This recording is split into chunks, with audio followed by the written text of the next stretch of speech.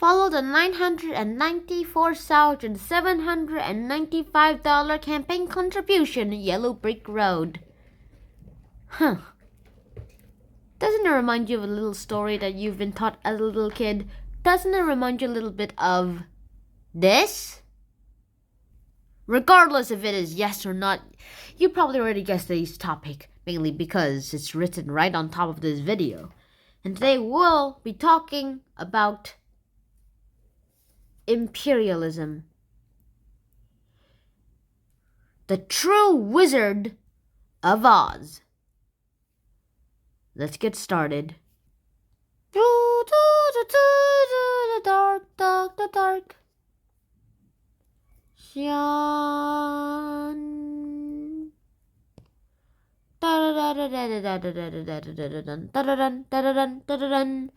Imperialism, realism.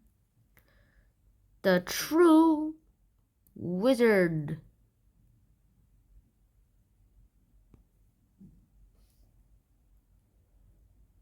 of Oz.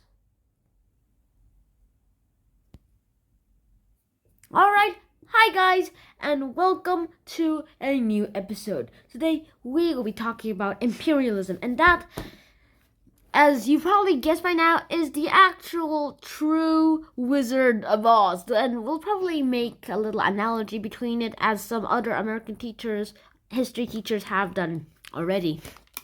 So, let's get started with this history video. Ready and running. Get set, ready, go!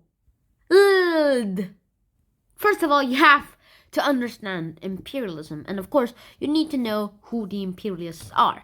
Now, I'll do it right on my face. But before we delve into that, let's just analyze this little cartoon here a bit. We're mainly going to talk about American imperialism here.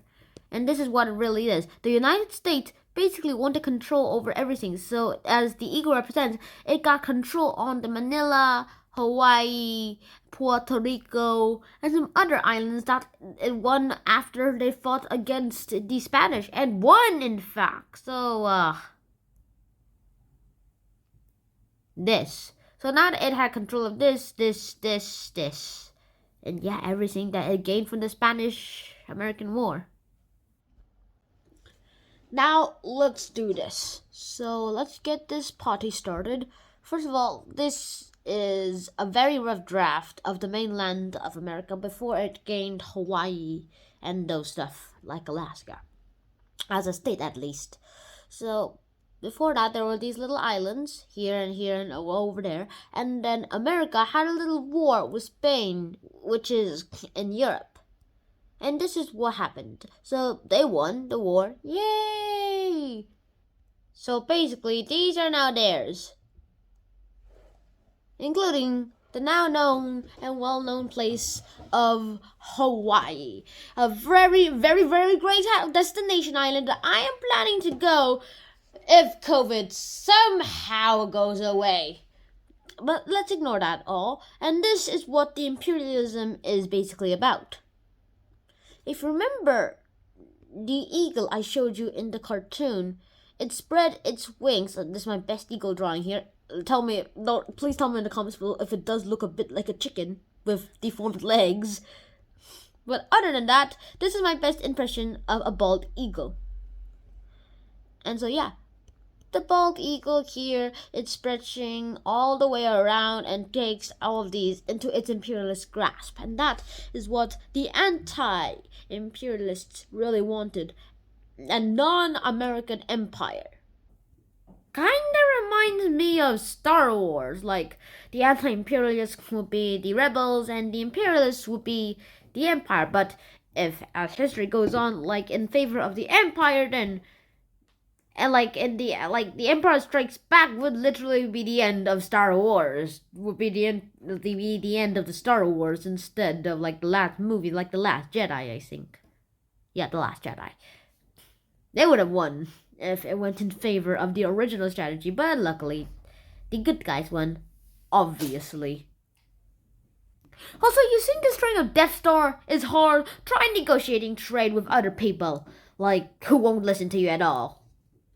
But that's basically what imperialism is. In fact, the whole reason for World War II to spark up is because Nazi Germany, I hope this doesn't get any censorship, these guys over here, they are like, yeah, let's do an imperialist government and by just conquering all around the world, like Europe and possibly the Middle East and obviously Africa. They did numerous campaigns in Africa. That was what the Nazis tried to do. And then the Allies showed up and they're like, heck no. So like they just kicked their butts and they sent the Nazis flying away. Whee! And then we had the Cold War and everything, so that was kind of a bummer. So let's ignore all that and let's get on with the populists. And by the populists, I mean the superstar of them all, William Jennings Bryan, the guy who was persecuting people for teaching evolution because he didn't really care about the evolution of everyone else. He just cared about the evolution of humans. He didn't really care about the evolution of human body. He just didn't like the way where the evolution started. He said that everyone was taught evolution, then everyone would start acting like monkeys. Like this. Ooh, ah, ah, ah, ooh, ah, ah, ah, ooh. And so, yeah, he thought everyone would start acting like monkeys, which is kind of weird, since he's a politician and all, and we do look a bit like chimps and monkeys, but we don't necessarily need to act like them just knowing that we were descended from them. Kind of weird, this guy.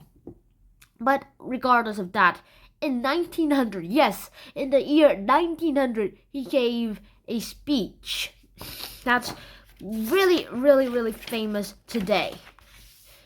And that speech is called Against Imperialism, basically meaning that basically declaring himself an anti-imperialist. And then another speech called The Cross of Gold, which basically meant take us off the gold standard and put us on the silver standard. And now here's where my Wizard of Oz analogy starts coming up. Now let's get started right here first. Let's start with the blazing and regrettable Kansas. This part over here, where the witch is, for some reason. I wonder why the witch is there anyway. But anyway, here is Kansas. And Kansas is because the place, like in the Great Plains in the United States, they're like at the southern part of the Great Plains. And it's not really a great place here. Farmers are like bummer.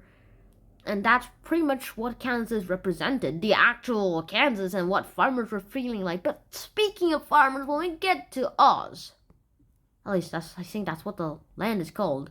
Let's start talking about the scarecrow. Now, scarecrows are mainly used by farmers, So one teacher, a history teacher who just made it all the way to the 19th century, tried, realizing that he was losing his students. They were like, hey, after reading The Wizard of Oz to his girl, he had an amazing idea. So he just taught it like this. The scarecrow represented all the farmers who are poor and can't do much unless they have the silver standard. The tin can man, or I'll just call him the Tin Man, was the guy who always did all that worker. He's the industrial workers stripped off their jobs and with low wage. Also, I'm pretty sure he's made... he's made of tin. Never mind that analogy. And the lion, which doesn't really look a lot like the lion here, but let's just call him the lion here since it has to be him. The lion represented, at least from what I know, some of the people, mainly the Democrats, who could have done much, but they were too scared too unbrave to do all that. If they were brave enough to do it, they probably could have done it. Now, in the movie, we see Dorothy with red shoes. At least the red shoes that the witch gets. But in the book, she wears silver shoes. Like this. Meaning that they want the silver standard here. And since we're talking about Dorothy here, let's go right to the beginning of the page that we started with. Remember the yellow brick road that Dorothy was introduced to and where she met all of her fellow friends? That probably represented the golden standard, at least from what I heard. And what about the annoying and also very creepy witch of the West? The witch of the East was killed by Dorothy's house. Somehow. Here it is. The witch of the West. How, like, what does she represent? She probably represents all of those mean, cruel, imperialist, at least from the populist view, mean, cruel, imperialist government that has kind of a bit of a illusion and also very failed at doing a lot of stuff. Yeah. And what about Emerald City? The mythical emerald place where everything is so good, and the fake Wizard of Oz, who actually wasn't a wizard, just accidentally flew by into this land. What does that represent? You probably know that today's money looks a lot like this. Green-colored paper bills. And then you remember that they were also called greenbacks back then. And that is kind of what Emerald City represents with everything here. I'm not sure if the author really meant all of the analogies to be put in here. I mean, nowadays people even accept that theory. But even if he did try to put that analogy in, the book itself is still a wonder and a complete classic, at least for children. Alright, now I'm just gonna get a bit hot and gonna get a little bit funky into the history of money. First of all, we need trade. The original money, and before money was even created, was trade here. We had to trade for things. For example, can I trade those valuable buds for this valuable must-need survival water? Oh, thank you. But what if you really didn't want to do that? For example, hello, can I trade this bottle of water for those very fancy bear buds? No? Guys, what if that happens? Then you have to find something that person is willing to. For example, hey, I'm gonna take that. Let's say that he wants this in exchange for this, and then I don't have this, but someone is willing to trade this for my water. Trade! And then I come back, and then trade! Yippee! But that's gonna like improve, like lengthen trading a lot. So what if there was a circumvention? This is where money comes in, paper money comes in, and banking comes in. Now what is paper money basically? Paper money is basically little IOU notes. Like, I IOU you this much. And the people decided, like, hey, IOU notes are more convenient than those very, very, very inconvenient gold and silver coins that we have every day. Let's trade it for that. And yeah, they did. So that's what they did. And then people started realizing that there were too many IOU notes with the starting of the fractional reserve banking. Basically means loaning more than they actually have. And people started noticing this. And fractional reserve banking actually worked as long as millions of people didn't come rushing to the bank to change it all into their money. And this is exactly what happened after people started noticing that there were more IOU notes than currency. At least that's what they perceived. So they quickly went to change the money and they couldn't really do much about it. This is basically what fractional reserve banking is. It's not always good, though. It's not good. Always good. And this is why the gold standard triumphed over the silver standard, at least for most people. The United States still did a bimetallism standard, meaning a gold and silver standard. But mainly people really preferred gold better than silver, so yeah, obviously this presided over it. Then, as a shock, Richard Nixon took the U.S. off of the gold and silver bimetallism standard, which is now known as the Richard Nixon shock, or more commonly known as the Nixon shock. It is kind of really a shock. And he even did a whole 4-minute speech about it. For heaven's sake, he did a short speech about it. At least it helped the modern economy, right? Well, it's not exactly the end yet. With this rate, it actually increased inflation, and then it went into the deflation, and we went in a history of ups and downs, and ups and downs, and ups and downs, and yeah, inflation is currently still in today's money. And why is inflation here? It's because of a lot of reasons, so that people would start spending more, because today's money's value would be more than tomorrow's, which means tomorrow's money will be less than today's money, so you'd really want to spend it faster.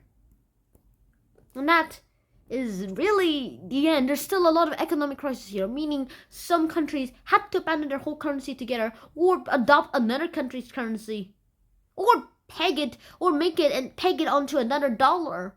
In this case, and many people, after taking it off the bimetallism standard, decided to peg their currencies to link it onto the US dollar. And since the US dollar is a very trustworthy currency, even today it's still a trustworthy currency, everyone decided that the dollar should be their gold and silver standard.